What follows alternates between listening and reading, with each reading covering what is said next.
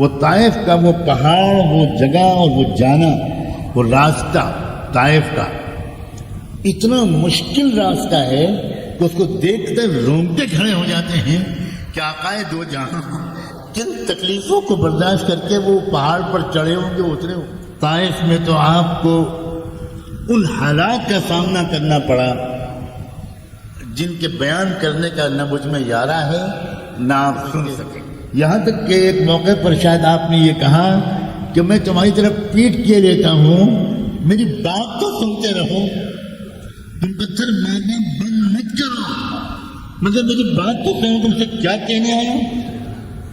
حضور نے آسمان کی طرف چہرہ اٹھایا، کہا اگر اللہ نے میری رائے پر موقوف رکھا ہے تو اللہ میں آپ سے کہتا ہوں آپ نے مجھ کو لعنت بھیجنے والا، عذاب دلوانے والا نبی بنا کر نہیں بھیجا کہ اسی طائف کے علاقے کے ایک فرد کے ذریعے سے یہ پورا بر صغیر ہند و پاک، یہ نیپال، یہ سری لنکا، یہ بنگلہ دیش، یہ پاکستان، یہ انڈیا، یہ سب جو اسلام لایا ہے اس کے پیچھے اسی قبیلے کے ایک فرد کی محنت ہے، انہی لوگوں کی اولاد ہے جن کے ذریعے سے ہمیں کلمہ پہنچا۔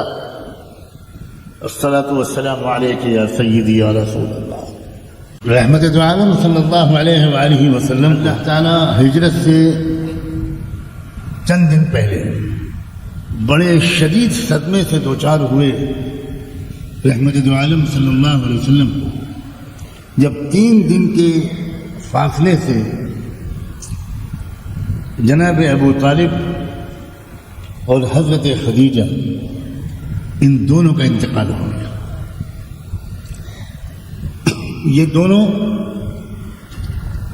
اللہ کے رسول کے لیے بڑی تقویت کا سامان تھے، بڑا سہارا ملتا تھا ان سے۔ ابو طالب مکے کی سب سے بزرگ شخصیت، ان کے احترام میں لوگ رسول اللہ صلی اللہ علیہ وسلم پر خود فزیکلی ہاتھ نہیں اٹھا پاتے تھے۔ ایک سرپرستی اور حمایت بزرگانہ شفقت کے ساتھ ابو طالب کی اللہ کے رسول کو حاصل تھی۔ اللہ تعالیٰ کے عجیب فیصلے ہیں، کس کو کس حد تک اللہ توفیق دیتے ہیں، کس حد تک نیکی کی توفیق کسی کو ملتی ہے، یہ اللہ کے ہاتھ میں ہے، کوئی استحقاق کا دعویٰ نہیں کر سکتا۔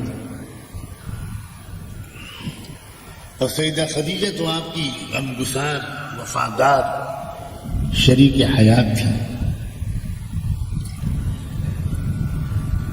اب جو اللہ کے رسول کے دل پر گزری، ان دونوں سہاروں کے اٹھ جانے کے بعد، اور وہ بھی اتنے کم وقفے میں، یاد رکھیں کہ ایسے حالات شاید اللہ تعالیٰ کی طرف سے اس لیے گزارے جاتے ہیں اپنے مقرب بندوں پر کہ اللہ تعالیٰ چاہتے ہیں کہ وہ جو ظاہری طور پر تھوڑی سی امید میرے علاوہ کسی اور سے ہے وہ بھی ختم ہو جائے، تاکہ یہ بندہ صرف مجھ سے امید رکھے، ہر طرف سے سہارے منقطع ہو جائے۔ اسی لیے شاید اللہ کے رسول کی دعاؤں میں سے ایک دعا یہ بھی ہے، اللہم یا سند من لا سند له، اللہم یا رجاء من لا رجاء له، انقطع الرجاء الا منک، اے اللہ جس کا کوئی سہارا نہیں، آپ اکیلے اس کا سہارا ہے۔ ایسے حالات گزارے جاتے ہیں کہ جب کوئی ایک بھی بندہ، کوئی مخلوق ظاہری طور پر حمایتی اور مددگار باقی نہیں رہ جاتی، اور اسی لیے آپ اس دونوں کے انتقال کے بعد آپ نے طائف کا سفر کیا، کیونکہ آپ یہ سوچتے تھے کہ اب مکے میں تو کوئی ہے نہیں، اب ابو جہل ہے، ابو لہب ہے، اس طرح کے لوگ ہیں. لیکن میں طائف جاؤں، دودھ کے رشتے سے وہاں میرا ننیحال ہے. جس خوش نصیب عورت نے آپ کو دودھ پلایا تھا، بی بی حلیمہ، وہ طائف کی رہنے والی تھی. تو آپ اس امید پر وہاں گئے کہ ابو طالب کا انتقال ہوا، وہ چچا تھے، حضرت خدیجہ گئیں، وہ بیوی تھی، وہاں چلا جاؤں، شاید ان کو خیال ہو کہ میرا بھانجا ہی تو ہے جس نے مجھے دودھ پلایا تھا، کوئی ان کا بھائی ہوگا، وہ مجھے اپنا بھانجا سمجھ کر شاید کچھ نرم رویہ اختیار کر لے. اللہ اکبر. لیکن اللہ کا منصوبہ تو کچھ اور تھا. طائف میں تو آپ کو ان حالات کا سامنا کرنا پڑا جن کے بیان کرنے کا نہ مجھ میں یارہ ہے نہ آپ سن سکیں گے. جب آپ پہنچے ان سب کے پاس، کوئی ماموں، کوئی خالو، کوئی نانا، تو یہاں تو مکے والوں نے تو آج تک یہ سلوک نہیں کیا تھا جو انہوں نے کیا. وہ تو خود ہی مذاق اڑاتے رہے، عجیب عجیب قسم کے تبصرے انہوں نے کیے. اب بالآخر علاقے کے گنڈوں بدماشوں کو اشارہ کر دیا کہ ہماری طرف سے چھوٹ ہے، جو کر سکتے ہو کرو. اور پھر جو گھیرا ہے ان لوگوں نے محمد رسول اللہ، اور چاروں طرف سے پتھروں کی بارش کر دی. آپ کبھی ادھر مڑتے، کبھی ادھر مڑتے، کبھی ادھر مڑتے، کبھی ادھر کے پتھر سے بچتے، کبھی ادھر کے پتھر سے بچتے، یہاں تک کہ ایک موقع پر شاید آپ نے یہ کہا کہ میں تمہاری طرف پیٹ کیے لیتا ہوں، میری بات تو سنتے رہو، تم پتھر مارنا بند مت کرو، مگر میری بات تو سنو، تم سے کیا کہنے آیا. مگر ظالموں نے اتنا پتھراؤ کیا کہ آپ گر پڑے، آپ کا پیر ٹوٹ گیا، خون کے فوارے بہہ گئے.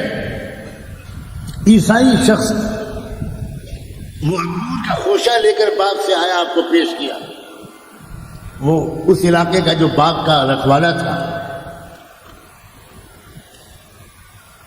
اور آپ نے وہ زخمی حالت میں جو آپ تھکے ہارے پیر کو دھلایا، صاف کیا زخموں کو، اور پھر آپ نے جو انگور اٹھایا کہا بسم اللہ الرحمن الرحیم. تو وہ عیسائی حیران رہ گئے. اس نے کہا کہ یہ کیا کہہ رہے ہیں آپ؟ تو آپ نے فرمایا میں وہی کہہ رہا ہوں جو اللہ کے نبیوں نے کہا تھا. کس حالت میں آپ وہاں سے واپس آئے؟ وہ طائف کا وہ پہاڑ، وہ جگہ اور وہ جانا، وہ راستہ طائف کا اتنا مشکل راستہ ہے کہ اس کو دیکھ کر رونگٹے کھڑے ہو جاتے ہیں کہ آقائے دو جہاں جن تکلیفوں کو برداشت کر کے وہ پہاڑ پر چڑھے ہوں گے، اترے ہوں، ہم دو میٹر نہیں چڑھ پائیں گے اس پہاڑ پر. کوئی سڑک نہیں ہے، کوئی راستہ اس وقت نہیں تھا، اور اتنی مشقت کے بعد یہ برتاؤ. اس حالت میں جب آپ کو دیکھا عالم ملکوت میں فرشتوں نے، تو شاید میری یہ تعبیر صحیح ہو کہ فرشتوں کی دنیا میں ایک زلزلہ آ گیا، اور فرشتوں نے اللہ سے کہا کہ اللہ اب ہم سے دیکھا نہیں، اب آپ ہم کو اجازت دیجیے، ان ظالموں کو ہم ایسی سزا دیں کہ ان کا وجود ہی باقی نہ رہے. اللہ کے بہت سے احکام، بہت سے فیصلے حضیرت القدس یا عالم ملکوت، ملائکہ کے اندر کی جو کیفیات ہوتی ہیں، اس کے روشنی میں اللہ کی طرف سے کوئی ہدایت یا اجازت آتی ہے. ایسا لگتا ہے کہ فرشتوں کی اس وقت کی جو کیفیت تھی اس کی رعایت کر کے اللہ نے اجازت دے دی کہ جاؤ، میری طرف سے اجازت ہے کہ تم ان بدبختوں کو سب کو چن چن کر ہلاک کرو. ایک نہ بچو، میری طرف سے اجازت ہے، مگر ایک بات کا خیال رکھنا، معاملہ محمد کا ہے تو عذاب کی کارروائی شروع کرنے سے پہلے اس سے بھی پوچھ لینا محمد کی کیا رائے ہے۔ اللہ اکبر۔ مجھے نہیں معلوم کہ کبھی کسی اور فیصلے میں بھی اللہ نے ایسا انداز اختیار کیا۔ نوح علیہ السلام کی قوم کو عذاب دینے سے پہلے کیا اللہ تعالیٰ نے یہ کہا تھا کہ نوح سے پوچھ لینا؟ حضرت لوط علیہ السلام کی قوم کو عذاب دینے سے پہلے کیا فرعون کو غرق دریا کرنے سے پہلے یہ کہا تھا کہ موسیٰ سے پوچھ لینا؟ یہ مقام شاید صرف رحمت للعالمین کا تھا۔ ایسا لگتا ہے کہ اللہ فرشتوں کو بتانا چاہتے ہوئے کہ دیکھو تم اس وقت بہت جلال میں ہو، میں تم کو منع نہیں کرتا، لیکن تم بہت کچھ جانتے ہو، اس کے باوجود میرے محبوب کے اخلاق کو تم بھی نہیں جانتے، تم بھی نہیں سمجھتے کہ میں نے رحمت للعالمین کا لقب کیوں دیا۔ جاؤ خود جاؤ، میں نہیں منع کروں گا۔ چنانچہ وہ مجھے لگتا ہے کہ محو حیرت ہو گئے ہوں گے فرشتے جب وہ حاضر ہوئے اور انہوں نے آ کر اللہ کے رسول سے کہا کہ اللہ کے رسول آپ کے ساتھ یہ جو ہوا ہے یہ برداشت کے لائق نہیں ہے، ہم نے اللہ سے جو اجازت لے لی ہے، ہم آئے ہیں دونوں پہاڑوں کے بیچ میں، ان طائف والوں کو پیس کر رکھ دیں گے، ایک کے نام و نشان باقی نہیں رہے گا، مگر اللہ نے یہ کہہ دیا ہے کہ آپ سے پوچھ لینا۔ حضور نے آسمان کی طرف چہرہ اٹھایا، کہا اگر اللہ نے میری رائے پر موقوف رکھا ہے تو اللہ میں آپ سے کہتا ہوں آپ نے مجھ کو لعنت بھیجنے والا، عذاب دلوانے والا نبی بنا کر نہیں بھیجا ہے، آپ نے مجھ کو رحمت للعالمین بنا کر بھیجا ہے۔ اللہ ان کو فرشتوں کو واپس بلا لیجیے، میں انتظار کر لوں گا، اگر یہ لوگ نہیں تو انشاءاللہ آئندہ ان کی اولادوں میں تو کوئی تو مجھے پہچانے گا۔ اور حضور کا گمان اتنا درست ہوا کہ اسی طائف کے علاقے کے ایک فرد کے ذریعے سے یہ پورا بر صغیر ہند و پاک، یہ نیپال، یہ سری لنکا، یہ بنگلہ دیش، یہ پاکستان، یہ انڈیا، یہ سب جو اسلام لایا ہے اس کے پیچھے اسی قبیلے کے ایک فرد کی محنت ہے، انہی لوگوں کی اولاد ہے جن کے ذریعے سے ہمیں کلمہ پہنچا۔ الصلاۃ والسلام علیک یا سیدی یا رسول اللہ۔